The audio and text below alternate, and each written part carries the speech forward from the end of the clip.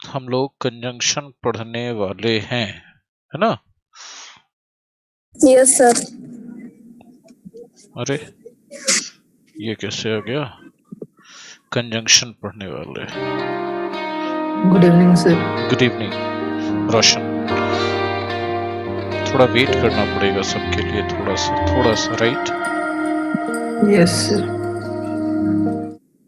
Yes sir.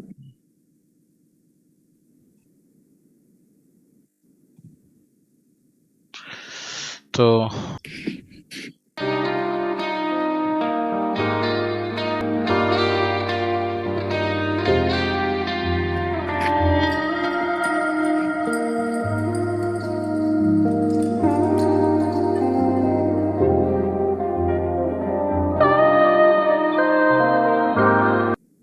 हम लोग start कर दे, राइट?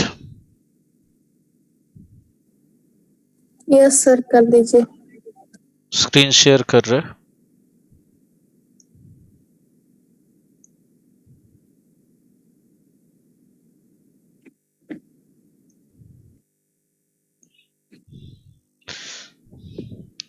कौन से कंजंक्शन से शुरुआत करेंगे बच्चों? The reason that. The reason that.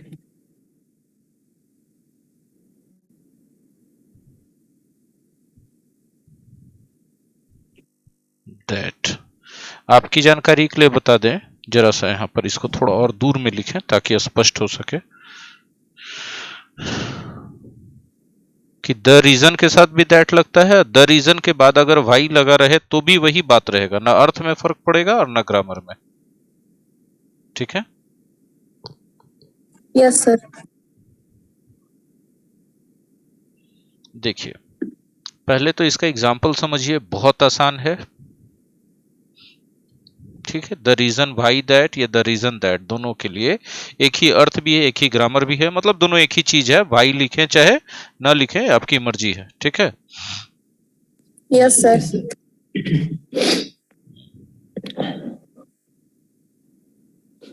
जिस कारण से वह अनुपस्थित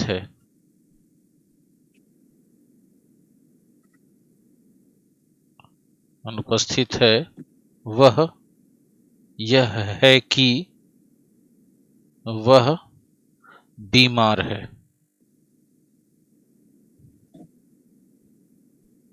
ठीक है? आप देखेंगे अच्छे से, यहां दो क्लाउज है, वह अनुपस्थित है और दूसरा क्लाउज है वह बीमार है। दिख रहा है ना आपको? Yes sir. Yes sir. ठीक है? और ये दोनों क्लाउज, इसमें ये एक परिणाम के रूप में है, गौर से देखिए आपको पता चलेगा, और ये एक कारण के रूप में है ना? आमतौर पे इस तरह के सेंटेंसेस को हम लोग बिकॉज से बना देते हैं।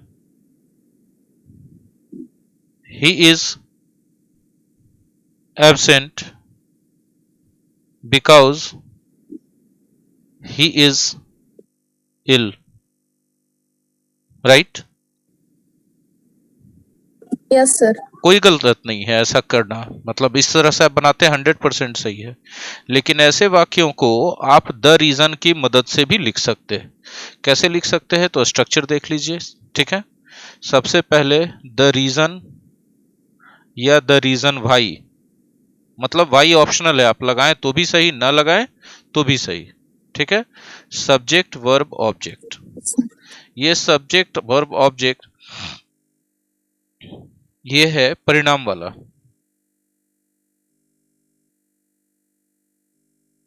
और उसके बाद फिर से वर्ब आएगा, और उसके बाद दैट आएगा, और फिर से आएगा सब्जेक्ट वर्ब ऑब्जेक्ट, और ये वाला कारण होगा। ठीक है? ये वर्ब के रूप में या तो इज चलता है या तो वाज चलता है, दो में से एक ही चल सकता है, तीसरा नहीं चलेगा। प्रेजेंट की बात कर रहे होंगे तो इज होगा, पास्ट की बात कर रहे होंगे तो वाज होगा। तो सबसे पहले फॉर्मूला के हिसाब से क्या लिख दें? द रीजन लिख दें, चाहे द रीजन वाई लिख दें, ये आपकी मर्जी है, दोनों सही है। परिणाम क्या था? वह Yes. अनुपस्थित है। He is Absent. एब्सेंट। ठीक है, वर्ब बीच में लगाना है तो प्रेजेंट की बात हो रही है। Yes. अनुपस्थित है, बीमार है, प्रेजेंट की बात हो रही है। तो इज Yes, sir. कारण है ना, हम इस इज लग गया यहाँ पर। That he is ill. आप जरा गौर कीजिएगा, आपको द रीजन भाई मिल गया, इसके साथ जोड़ा मिलना चाहिए था दैट का, वो भी मिल गया। यहाँ पर Yes, आपको sir. ही इज एब्सेंट ये मिला, परिणाम वाला क्लाउज मिला कि नहीं मिला?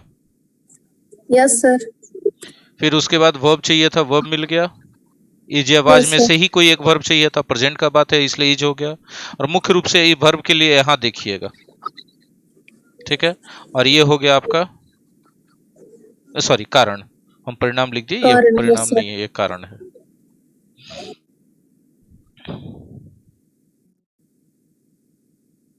कोई दिक्कत है यहाँ तक किसी को? No, sir.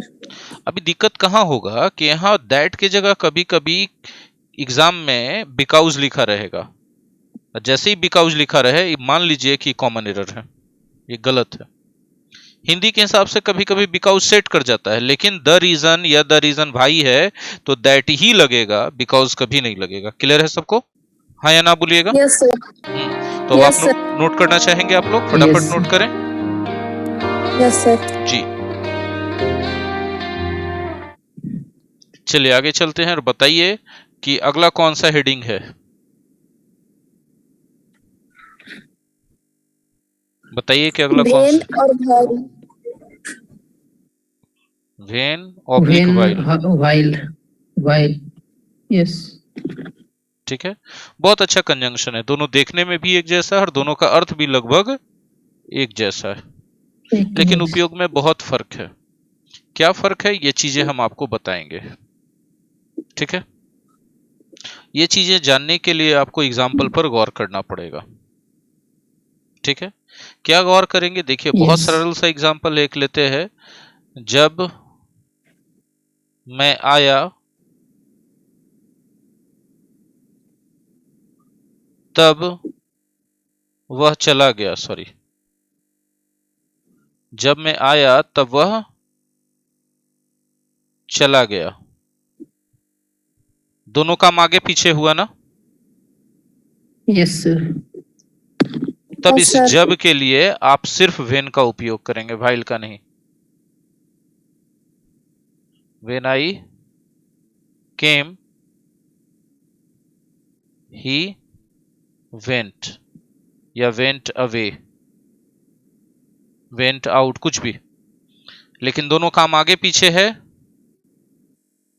इसीलिए हम लोग वाइल का उपयोग नहीं करेंगे, सिर्फ किसका उपयोग करेंगे? वेन का। बात समझ में आ रही है? Yes, sir. जब दोनों काम आगे पीछे हो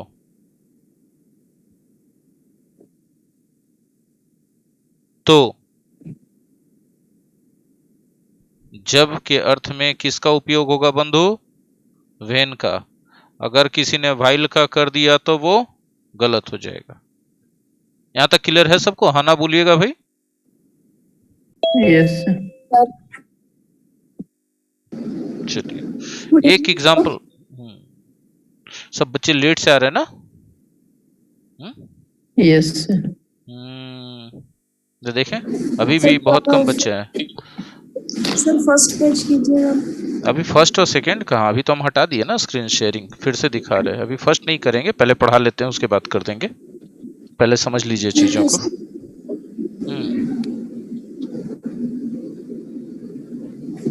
जब राम गा रहा था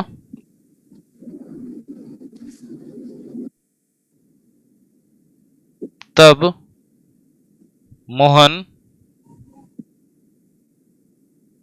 नाच रहा था।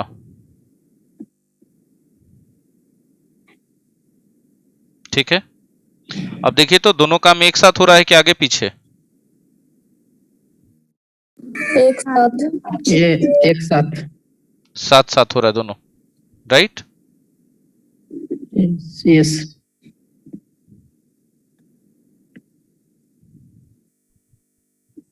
दोनों में से जो लगा दीजिए सही है।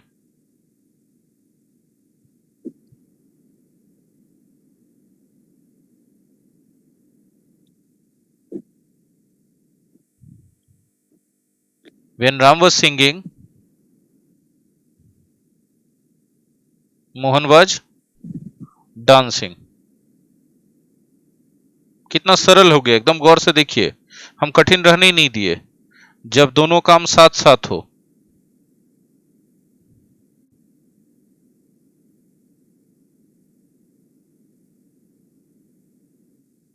साथ साथ हो तो जब के अर्थ में आप व्हेन यूज करते हैं तो भी सही होता है, व्हाइल यूज करते हैं तो भी सही होता है, कोई काट नहीं सकता। हाँ या ना बोलिएगा, हाँ या ना बोलिएगा बंधु। Yes, sir. चलिए अब हम लोग अगले पेज की तरफ चलते हैं। चलिए आगे अगले पेज की तरफ, ठीक है। अभी जरा देखिए, हम लोग तीसरा पॉइंट लेते हैं, ले कि नहीं ले, जैसा आप लोग बोलिएगा वैसा कर देंगे। लीजिए सर। चलिए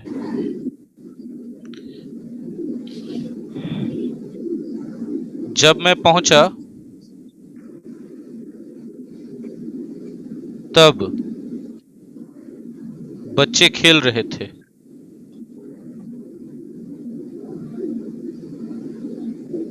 ठीक है, और एक और देखिएगा, जब बच्चे खेल रहे थे तब मैं पहुंचा।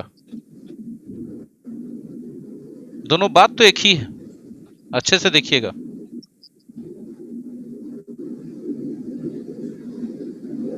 जब बच्चे खेल रहे थे तब मैं पहुंचा।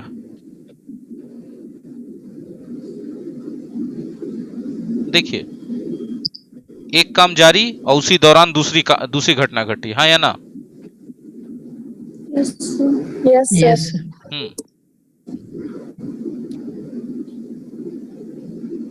एक काम जारी, उसी दौरान दूसरी घटना घटी।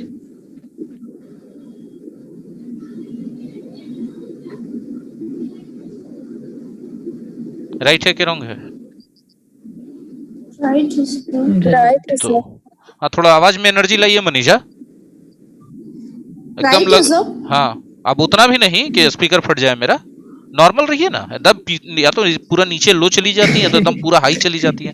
थोड़ा आदमी को सामान्य रहने का सीखना चाहिए ना, ठीक है। Yes sir. Yes, sir.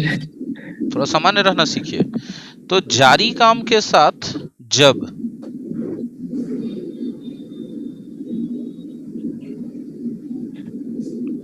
के साथ जब रहे तब व्हाइल यूज कीजिएगा। दूसरी घटना के साथ जब रहे तो व्हेन यूज कीजिएगा।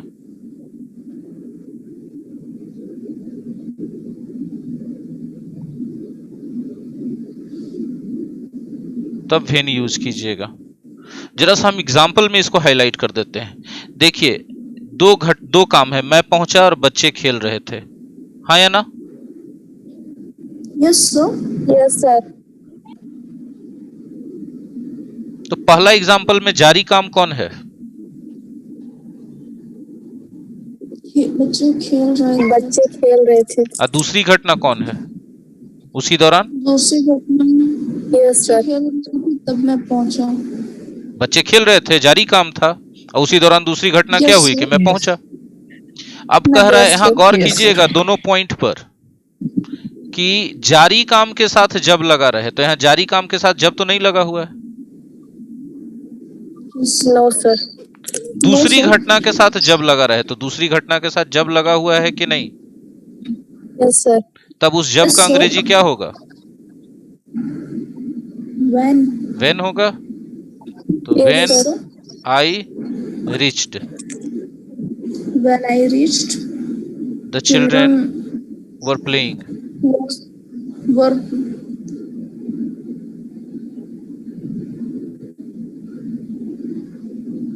हो गया? yes sir. सारे बच्चे समझ पा रहे जो हम बोले? Yes sir.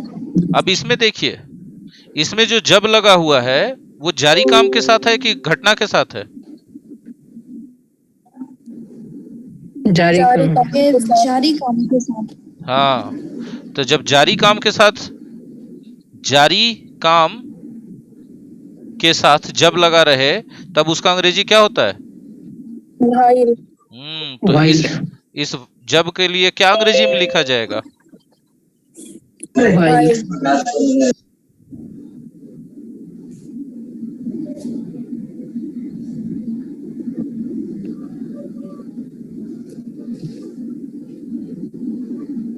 कॉमा आई रिच्ड। फर्क समझ में आया? Yes sir. जबकि ये Yes, वाक्य sir. और ये वाक्य दोनों हिंदी बिल्कुल एक जैसा है, खाली जब का जगह बदल गया। इसमें रहा था रही थी के साथ जुड़ा हुआ है इसलिए भाई लगा, और इसमें पास्ट इंडेफिनिट वाले के साथ जुड़ा हुआ है इसलिए क्या लगा? वेन।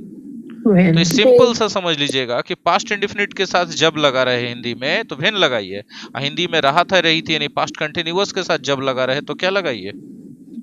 वाइल लगाइए। While. हाँ कि ना? जरा चलते हैं हम अगले पेज पर, ठीक है, और हम आपको दिखाते हैं एक और सिचुएशन। ठीक है, इसमें जब का उपयोग नहीं करेंगे, जबकि का उपयोग करेंगे। जबकि वह अमीर है जबकि उसके सभी दोस्त गरीब हैं।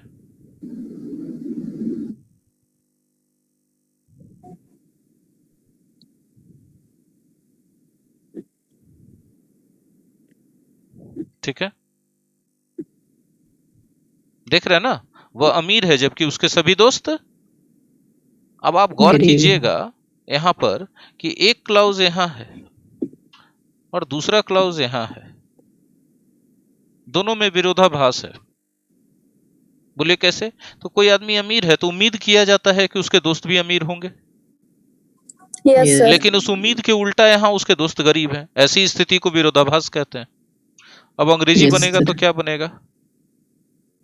ही he is is rich. Rich. जबकि के लिए आप वाइल लगाइए, वेयर कभी नहीं लगेगा। हाँ, आप दूसरा कुछ लगाना Yes, चाहते sir. हैं तो वेयर, वेयर एज लगा सकते हैं, वेन कभी मत लगाइएगा। ऑल उसके सभी दोस्त है ना, ऑल हिज फ्रेंड्स लिखाएगा। Friends are all poor. His friends are friends poor. Are poor. Yes. यहाँ पर वेन नहीं लगेगा, कभी नहीं लगेगा, या तो वाइल लगेगा या तो वेयर एज लगेगा। ठीक है, तो बात क्या आया? Yes sir. विरोधाभास वाले सेंटेंसेस को कनेक्ट करने के लिए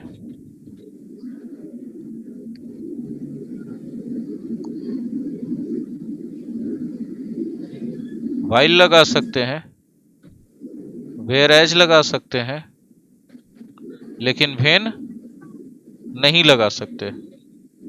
ठीक है, एक एक्स्ट्रा पॉइंट बता रहे हैं कि ऑल के बाद my our your his her लगाना चाहिए। बहुत सारे बच्चे हिज ऑल कर देते हैं, तो अगर आप हिज ऑल कर देते हैं तो ये सही नहीं है। ऑल हमेशा पहले आता है, my our your his her their ये सब बाद में आता है। आप लोग नोट करना चाहेंगे तब तक, नोट करना चाहेंगे तब तक? Yes sir. तो हम प्रीवियस पेज पे ले जाते हैं। देखिए यहां से ना, फटाफट नोट कीजिए तब तक, जरा गौर कीजिएगा। अगला कंजंक्शन क्या है बताइए? अगला है else और else otherwise। एल्स और else एल्स और अदरवाइज। otherwise। ठीक है, ये तीनों का शब्दार्थ होता है वरना।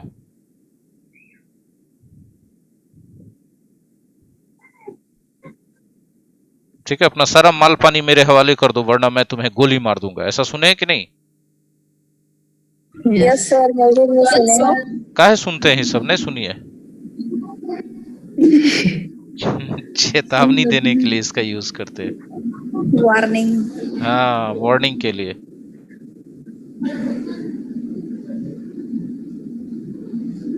जानना तो चाहते ही होंगे। बिल्कुल। यस।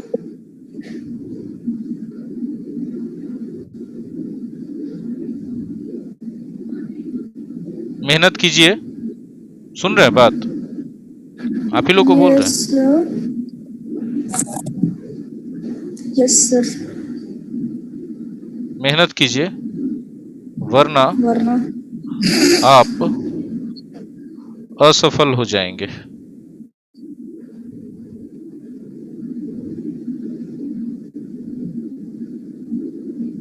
राइट, मेहनत कीजिए, मेहनत कीजिए, राइट सर। कीजिए ना, कीजिए ना। अब देखिए, ये बीच में वरना है और इधर है कुछ बात बोला जा रहा है कि करो। आप यहाँ एल्स वर्क लगाएं और एल्स लगाएं, अदरवाइज लगाएं, हमको कोई दिक्कत नहीं है। You will fail. आपको ध्यान क्या रखना है कि जब आपने एल्स या और एल्स या अदरवाइज लगाया है तो यहाँ विल या शैल का ही यूज होगा और उसके साथ V1 फ्यूचर का ही यूज होगा। Yes sir. चेतावनी तो फ्यूचर के लिए दिया जाता है ना, हाँ या ना बोलिएगा। Yes sir. इसी बात को आप ऐसे लिख सकते थे कि नहीं, मेहनत कीजिए अन्यथा कहीं आप फेल ना हो जाएं। Yes sir. मेहनत कीजिए अन्यथा कहीं आप असफल ना हो जाएं, असफल न हो जाएं। ऐसे बोल सकते हैं कि नहीं, इसी बात को बोलिए। Yes sir. फर्क कहाँ दिख रहा है इसमें? अन्यथा का यूज किया गया है, हाँ गागेगी फ्यूचर बता रहा है, लेकिन जो अभी सेंटेंस हम लिखे ये वाला में फ्यूचर का बोध नहीं हो रहा ना। लेकिन बात तो यही है ना, फ्यूचर का मतलब फ्यूचर लिखा हुआ नहीं लेकिन सेंस तो फ्यूचर का ही आ रहा है ना। Yes sir. अभी देखिए, जब ऐसा रह जाए तो ऐसे करेंगे, यहाँ तो वर्क हार्ड होगा ही होगा, इधर तो कोई चेंज नहीं है। अन्यथा के लिए लेस्ट का यूज करते हैं, लेस्ट। अन्यथा कहीं, ये पूरा है ना, इसके लिए किसका यूज होता है? लेस्ट का। अब बाकी इधर बना दे, यू शुड लगता है इसमें, लेस्ट आ गया तो नॉट फेल। ठीक है। होता क्या है कि बच्चे देखते हैं कि यहाँ न लगा हुआ है तो हम नॉट लगा दें, लेकिन एक्चुअली ये नॉट लगाना बिल्कुल गलत है। लिस्ट से खुद नेगेटिव अर्थ आ जाता है, इसलिए आप नॉट नहीं लगाएंगे। अब आपको हाईलाइट हम क्या करेंगे कि देखिए यहाँ एल्स और एल्स अदरवाइज लगा तो हम लोगों ने विल सेल का यूज किया, V1 तो आया। लेकिन अगर लेस्ट लगा तो हम लोगों ने शुड का यूज किया, V1 तो इसमें भी आया है, कोई दिक्कत नहीं। फर्क समझ में आ रहा है? Yes sir. जबकि बात दोनों एक ही है।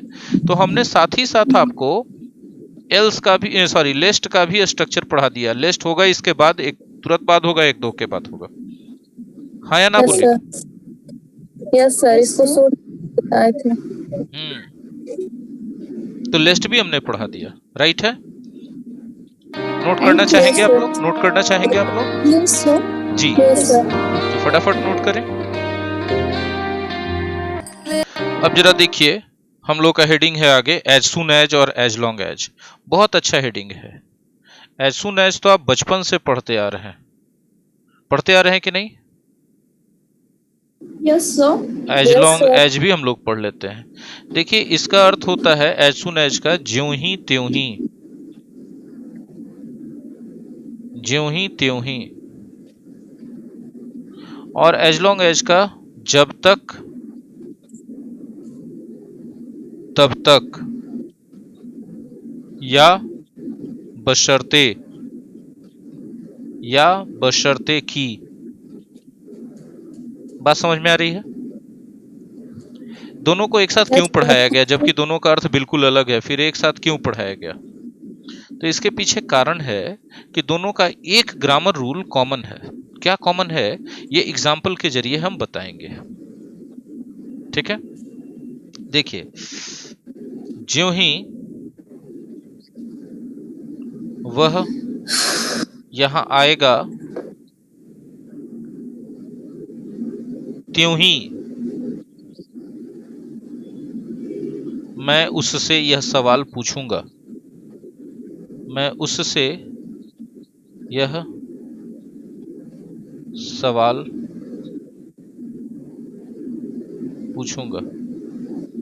आप देखेंगे कि यहाँ ज्यों ही है तो जोड़ा में त्यों ही है और दो क्लाउज है, हाँ या ना? Yes. Yes sir.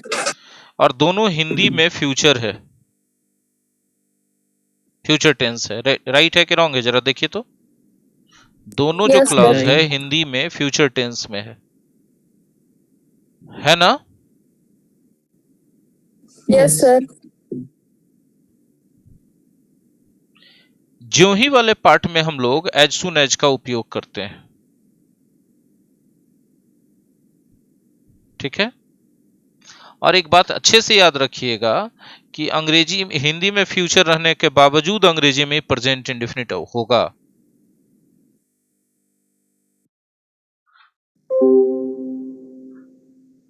अंग्रेजी में इसको प्रेजेंट इंडेफिनिट ही होना है, किसके कारण? एज सुन एज के कारण।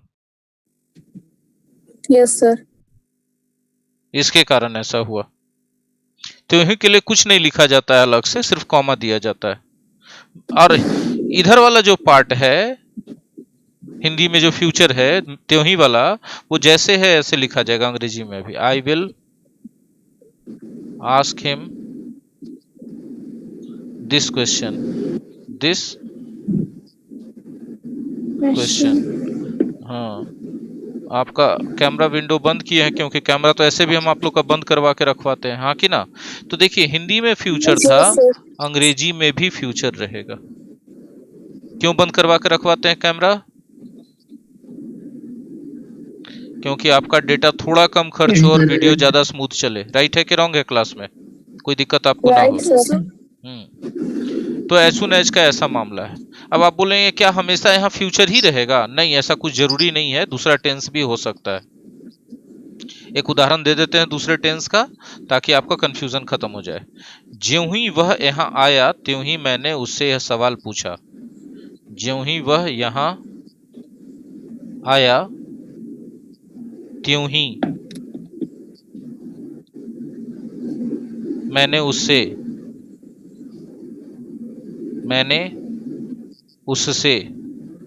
यह सवाल पूछा। अब बताइए तो ये फ्यूचर का है कि पास्ट का है? पास्ट का है। पास्ट का है। तो कोई भी टेंस हो सकता है, सूट करना चाहिए, सुटेबल होना चाहिए अकॉर्डिंग टू द सिचुएशन। अब क्या अंग्रेजी होगा? तो ज्यों ही के लिए तो एज सुन एज लगाइएगा। Yes sir. वह यहाँ आया, ही केम हियर, जो टेंस है उस टेंस के हिसाब से चलो भाई। कॉमा त्यों ही के लिए मैंने उससे यह सवाल पूछा। आई आस्क्ड, पास्ट है तो आस्क्ड हो जाएगा him this question. Yes sir. मेरी बात समझ में आई? क्योंकि पास्ट था तो पास्ट हमने यूज किया, यहां भी पास्ट था तो हमने क्या यूज किया? पास्ट यूज किया। पास्ट। अब आपके मन में सवाल होगा कि क्या करें, हम क्या करें? तो आप अभी एज सुन एज का सीख लिए हैं, दूसरा के लिए तैयार हो जाइए। अगला पेज में हम चल रहे हैं, चलें कि नहीं चलें अगले पेज में? बोलिए। सर एक मिनट। क्या एक मिनट? रुक गए? एक मिनट रुकिए। जितना देर अभी में एक आप मिनट नोट कर रहे हैं उतना देर नहीं स्क्रीन पर नया बैच जो 5 तारीख से आने वाला है उसका इंफॉर्मेशन शो करेगा। आगे बढ़ा दें तब तक? Yes sir. चलिए अब आ जाइए वापस हम लोग यहाँ पर। अब फिर से एक एग्जांपल लेते हैं, इस बार एज लॉन्ग एज का लेंगे। बोलिए क्या फर्क होगा? देखिए हम आपको दिखाते हैं। जब एज सुन एज था तो अर्थ तो आपने देखा था ना कि ज्यों ही त्यों ही का आया था। इसमें जब तक तब तक यस का सर। अर्थ आएगा, ठीक है? हाँ कि ना? या फिर किसका अर्थ आएगा? हाँ सर। बशर्ते की। ये दोनों का एक एक एग्जांपल दे देते हैं और सिमिलरिटी देखिएगा। जैसे एज सुन एज में यहाँ पर प्रेजेंट इंडेफिनिट आया, एज लॉन्ग एज वाले में भी प्रेजेंट इंडेफिनिट आएगा। हम आपको करके दिखा देते हैं, ठीक है? देखिए बहुत आसान, बहुत आसान है एग्जाम्पल, ठीक है? हाँ, आप जब तक चाहें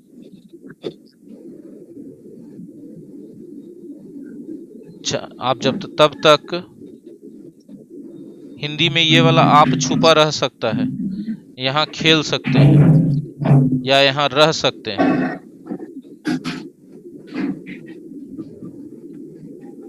ठीक है,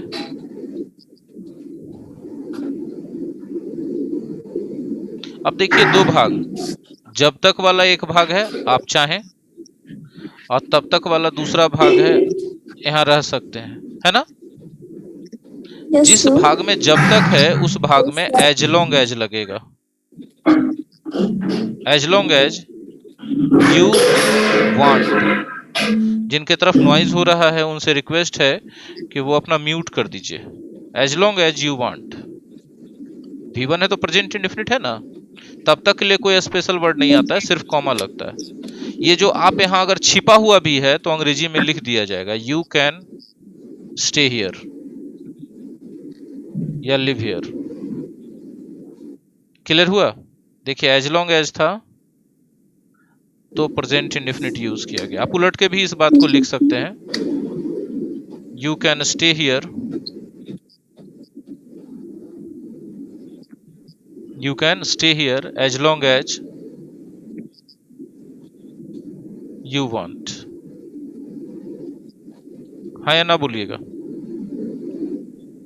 तो ऐसा नहीं है, Yes. पलटेगा भी तो एज लॉन्ग एज के बाद जो साथ क्लाउज चल रहा था वो प्रेजेंट इंडेफिनिट ही रहेगा। यहां तक कोई दिक्कत है किसी को? No, sir. एक एग्जांपल और देना चाह रहे हैं, ठीक है। Yes, sir. ये बच्चे तब तक यहां रहेंगे या यहां खेलेंगे जब तक वे लोग हल्ला ना करेंगे। जब तक की भी लगा सकते हैं, नहीं भी लगा सकते, वे हल्ला ना करेंगे या हल्ला नहीं करेंगे। हल्ला नहीं करेंगे। थोड़ा गंदा हो गया, इसको साफ कर देते हैं, फिर से लिख देते हैं इसको, नहीं करेंगे। आप अच्छे से देखिए, आप क्या देख रहे हैं अच्छे से? आप अच्छे से ये देख रहे हैं कि तब तक वाला भाग है और ये जब तक वाला भाग है। एज लॉन्ग एज का उपयोग तब तक वाले भाग में होगा कि जब तक वाले में होगा? किस में होगा? जब तक वाले में। जब तक वाले में। एज लॉन्ग एज लगा दिए। वे, दे, हाँ, will not make a noise, make a noise. और इधर तो जैसे है वैसे बना देंगे, ये बच्चे यहाँ खेलेंगे, these children will play here. These children लिखिए, किड्स लिखिए, बॉयज लिखिए, विल प्ले हियर। देखिए जो हम बात बोल रहे थे, ये बच्चे यहाँ खेलेंगे, these children will play here. ठीक है, अब बीच में एज लॉन्ग एज आ चुका है, तो बीच में जब एज लॉन्ग एज आ गया तब आपको कॉमा लगाने की जरूरत नहीं है। तो ये हिंदी में फ्यूचर था, अंग्रेजी में भी फ्यूचर रहा, लेकिन एज लॉन्ग एज के कारण ये फ्यूचर गलत हो जाएगा, क्योंकि अभी हमने पढ़ाया है कि एज लॉन्ग एज वाले भाग में फ्यूचर इंडेफिनिट का यूज नहीं करते हैं। हिंदी हालांकि फ्यूचर रहता है, लेकिन अंग्रेजी उसके जगह पर प्रेजेंट इंडेफिनिट का यूज करते हैं, तो डू लिखना सही होगा। As long as they do not make a noise. Clear है यहां तक? हाँ ना बोलिएगा। Yes sir. सब लोग नहीं बोलते हैं, ऐसा क्यों? चलिए इसी सेंटेंस को हम हिंदी में कैसे और लिख सकते हैं देख लेते हैं। वही सेंटेंस, सेम सेंटेंस, ठीक है, जरा सा यस सर। देखिए वही सेंटेंस था, हम ऐसे लिख सकते हैं हिंदी में, ये बच्चे यहां खेलेंगे,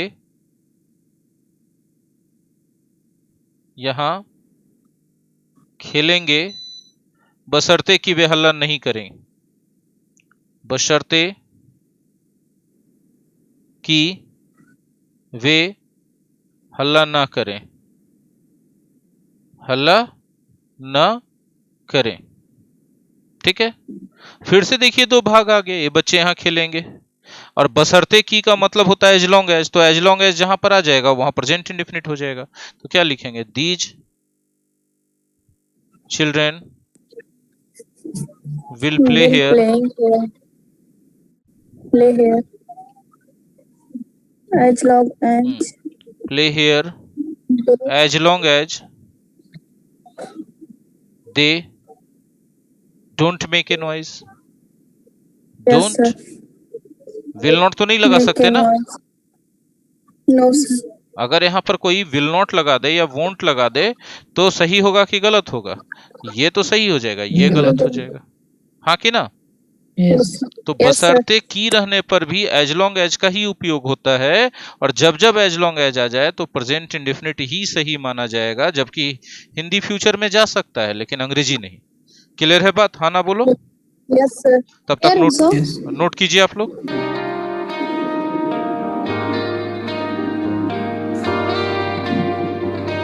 यहां से क्या और पीछे से? यहां से। Yes sir.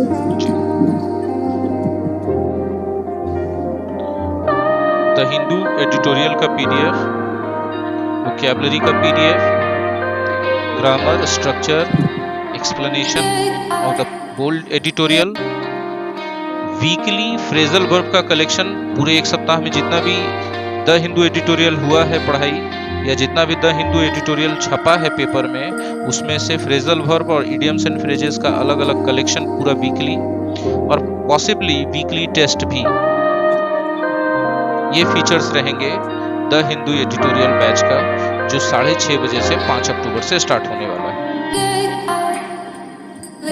जो लोग 5 तारीख से पहले एडमिशन लेंगे उनके लिए 200 पर मंथ ही फी लगेगा, और जो लोग 5 तारीख या उसके बाद एडमिशन लेंगे तो 250 जो नॉर्मल फी है वो लगेगा।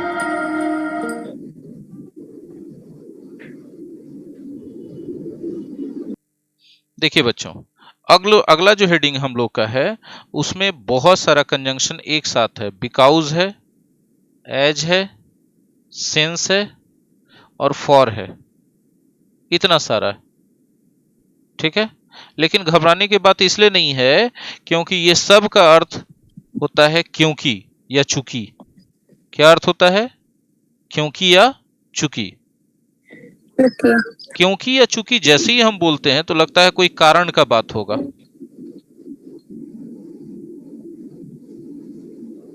तभी क्योंकि या चूंकि बोला जाएगा। ऐसे क्योंकि बिना कारण का बताए हुए, बिना कारण का बात किए हुए क्योंकि या चूंकि का जरूरत ही नहीं पड़ेगा, है ना? Yes sir. बोलिए हम कैसे Yes मान sir. ले? बिल्कुल नहीं मानिए, एकदम मानना ही नहीं चाहिए। देखिए बस छोटा छोटा सा एग्जाम्पल देंगे, बहुत अच्छा से आपके समझ में आते जाएगा, ठीक है। आपसे सर पूछे तुम्हारा दोस्त एब्सेंट है जी, तो हाँ सर वह अनुपस्थित है। क्यों जी? तो सर क्योंकि वह बीमार है। मतलब जो सर पूछे वो कारण जानते थे कि नहीं जानते थे? नहीं जानते थे। तभी आप बिकॉज का उपयोग कीजिएगा। बात समझ में आ रहा है? Yes sir. जिसको आप कारण Yes बता sir. रहे हैं अगर वो नहीं जान रहा है तब आप वहां पर क्योंकि का उपयोग करते हैं और अंग्रेजी में बिकॉज का उपयोग करते हैं। He is absent because he is ill. He is absent because he is ill. अब आप देखो, और ज्यादातर लोग कारण नहीं जानेंगे तो भाई से सवाल पूछेंगे कि नहीं पूछेंगे? Yes sir.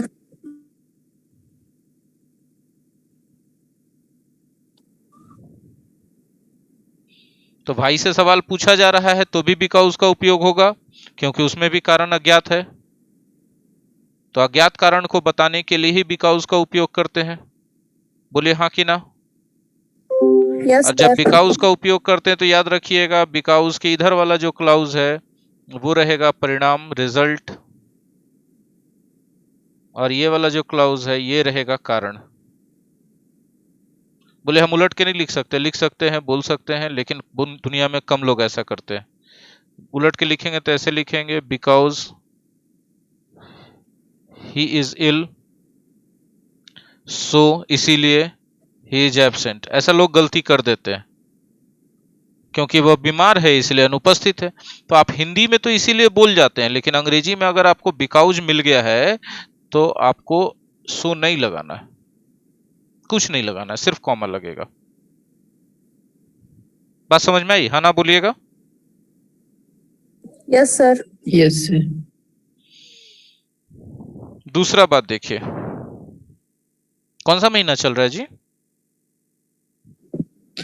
अक्टूबर ना? अक्टूबर। अक्टूबर। Yes sir. चूंकि अभी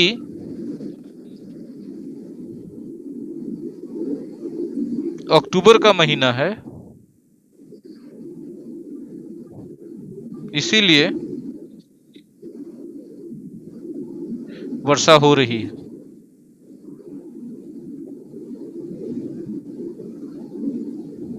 होता है ना सितंबर अक्टूबर में, नवंबर दिसंबर जनवरी फरवरी Yes, ठंड हो sir. जाता है। बोलिए हाँ कि ना? Yes sir. तो अब देखिए इसमें भी आपको दो हिस्सा है, चूंकि वाला हिस्सा है यस सर। और इसलिए वाला हिस्सा है। ये चीज हो रहा है और ये आप कारण के रूप में व्याख्या कर रहे हैं। ऐसा नहीं कि लोग नहीं जानते हैं कि अक्टूबर है, पता है सबको कि अक्टूबर है, ये तो पता ही है, लेकिन इस बात के कारण के रूप में आप उसको एक्सप्लेन कर रहे हैं।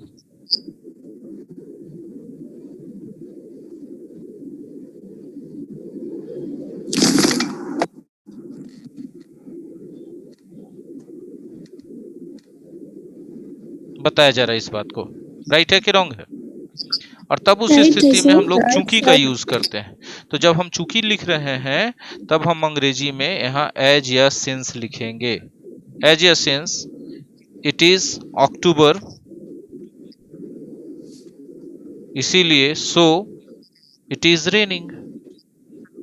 बात तो सही है, लेकिन बात यहाँ इसलिए गलत हो जाती है कि जब एज या सिंस भी आ गया तो आपको फिर बीच में कुछ देने की जरूरत नहीं है, सिर्फ कॉमा से काम चल जाएगा। मेरी बात समझ में आ रही है? Yes sir. फॉर का उपयोग हम लोग क्योंकि के अर्थ में करते हैं, लेकिन ज्यादातर लिटरेचर में, मतलब साहित्य में, लेखक कहानियां लिखते समय, निबंध लिखते समय, तो ये इसका एक साहित्यिक उपयोग है फॉर का। लोग बोलचाल में इसका उपयोग ज्यादा नहीं करते। ये दैनिक जीवन की अंग्रेजी में फॉर का उपयोग क्योंकि के अर्थ में कारण बताने के लिए नहीं किया जाता है। आपको हम ईश्वरन का स्टोरी पढ़ा रहे थे, ईश्वरन के स्टोरी में 2-3 जगह पर फॉर का उपयोग क्योंकि के अर्थ में किया गया है। अगर आप फिर से कहानी पढ़ के देखिएगा पूरा तो आपको मिल जाएगा। बात समझ में आ रही है? Yes sir. जी। यस और उस सर। स्थिति में फॉर ज्यादातर बीच में मिलता है, ठीक है? उस स्थिति में फॉर कहाँ मिलता है? बीच में। बीच में।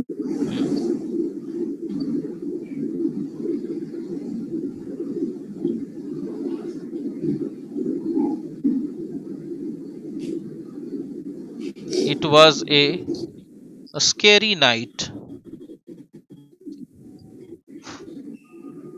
for he was alone.